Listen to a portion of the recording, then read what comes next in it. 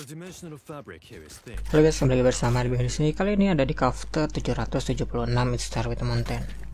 Buku yang dia mulai pada tanggal 10 Mei, hal-hal mengenai sekolahnya dan mentornya, serta konten yang berkaitan dengan ilmu pengetahuan berada di awal. 12 Mei, Pak Azik menyebutkan bahwa bahasa umum yang digunakan oleh Kekaisaran Balam di benua selatan juga berkembang dari Persia kuno, cabang dari Jotun. Mengapa demikian? Apakah ini berarti bahwa setiap makhluk hidup pernah berbicara dalam bahasa yang sama? Tidak, pasti ada kesalahan.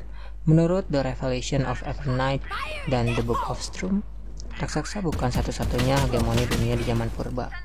Ada juga elf, mutan, dan naga. Pokoknya ini hanyalah mitos dan fantasi.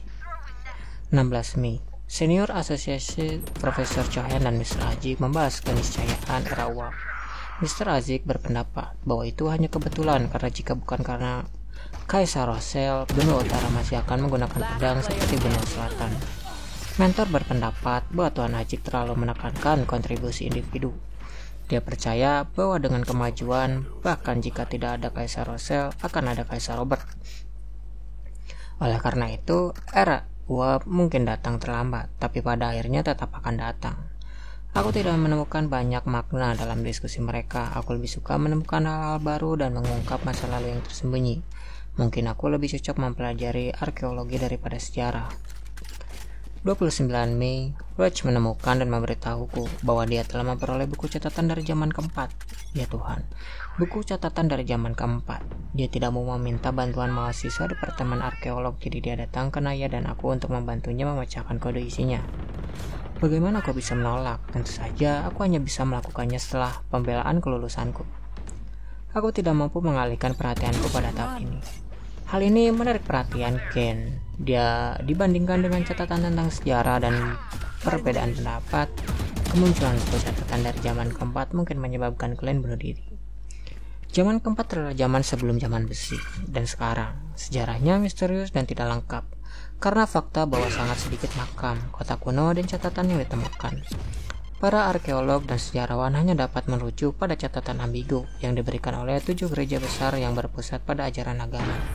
Mereka untuk secara kasar membentuk gambaran asli. Mereka mengetahui keberadaan kerajaan Solomon, dinasti Tudor, dan kerajaan Truncius. Setelah mendengarkan perhatiannya untuk memecahkan misteri dan memulihkan sejarah, kalian tidak terlalu tertarik pada 3 era pertama yang akarnya lebih dekat dengan legenda. Dia lebih tertarik pada zaman keempat yang juga dikenal sebagai zaman para dewa.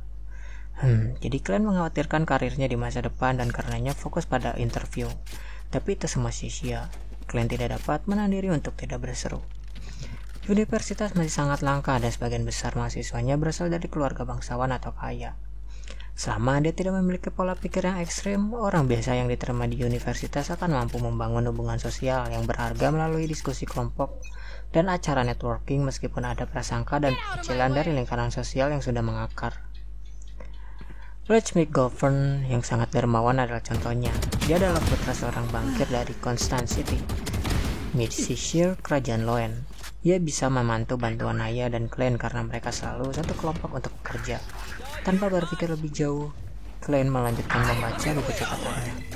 18 Juni aku lulus, selamat tinggal di University Koei. 19 Juni aku telah melihat buku catatan itu. Dengan membandingkan struktur kalimat dan akar kata, aku menemukan bahwa itu adalah bentuk modifikasi dari bahasa Persia kuno. Lebih tepatnya selama 1000 tahun sejarahnya, bahasa Persia telah berubah terus-menerus sedikit.